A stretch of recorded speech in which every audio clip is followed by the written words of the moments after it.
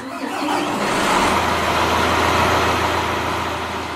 everyone, it's Shane from Hanlon's for another Maintenance Monday.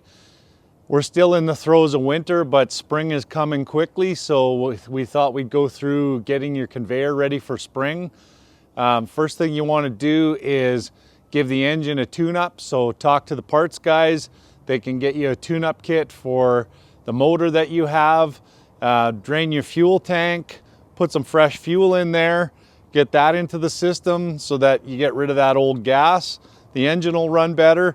Then jack it up, check your wheel bearings to make sure that they're still snug. Run test your conveyor.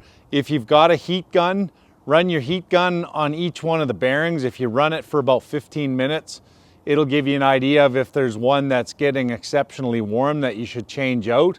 But heat gun those bearings, check them, and then last and probably the most important is run the lacing down to the bottom.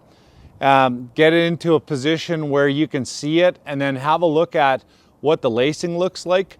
A lot of times the pin is worn and you can just replace the pin, but have a good look at those lacing links because they do get worn, and if it tears in the conveyor, it's a heck of a mess to try and fix that and replace it. So have a look at that, and then the very last thing, get some silicone, and just your regular RTV silicone is fine, and cover over those lacing pins again so that you don't have product leaking through the pins and underneath and behind the belt.